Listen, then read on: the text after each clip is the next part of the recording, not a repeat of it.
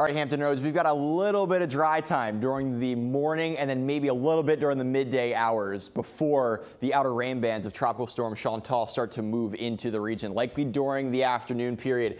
Some bouts of rain could be heavy at times, and we'll also see the winds start to increase. It could be around 10 to 15 miles per hour with gusts upwards of 25, especially near the coastline. That's going to kick up the ocean a little bit, giving us a high rip current risk. It's not so much the wave heights with this system. Storm's not big enough and not nearly strong enough to be sending in big waves, but the longshore currents and that general choppiness will be enough for the high rip current risk. That goes all the way through the Outer Banks going through the day today. Again, it's kicked up by this tropical system. So we will have that scattered rainfall today and isolated downpours with some of those heaviest rain bands that move through today, this afternoon especially, and into your Monday. The worst case scenario will be localized flooding, especially in some of the problem spots, some of those streets that maybe don't drain all that well.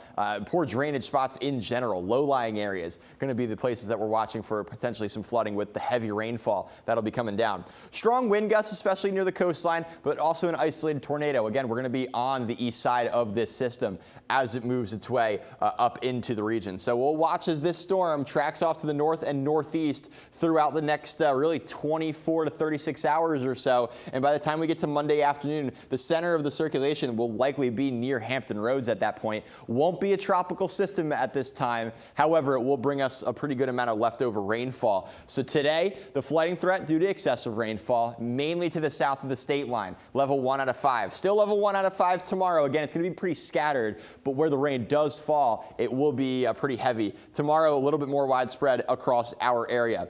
Heading through the midday hours, again, there's going to be a few scattered showers and maybe a downpour here and there, but there is still going to be some dry time in some spots across the area. Then into the afternoon, it becomes a little bit more widespread as these rain bands move through. These are going to be ones that we watch for potentially some stronger storms, maybe an isolated spin up, but also the heaviest rainfall. Now, we also could have some opportunities late overnight into early Monday morning here and there, likely towards the Outer Banks as we go through your early Monday morning, and then rotating through the area as we head through the midday and early afternoon. Center of circulation off towards the Richmond and Farmville area by Monday around the midday hours. I think it will be a little bit rainier than this, than what the model is projecting, but I think also in North Carolina, a little bit more dry time. There's some dry air getting wrapped into the south side of this system. So likely some more scattered downpours north of the state line into Hampton Roads coming up for your Monday afternoon. As we head into the day on Tuesday, things will start to quiet down briefly across the area, but another system is tracking behind it, and that's a stationary front that's going to really settle in late on Tuesday and then really for Wednesday through Saturday, giving us a daily chance for showers and thunderstorms.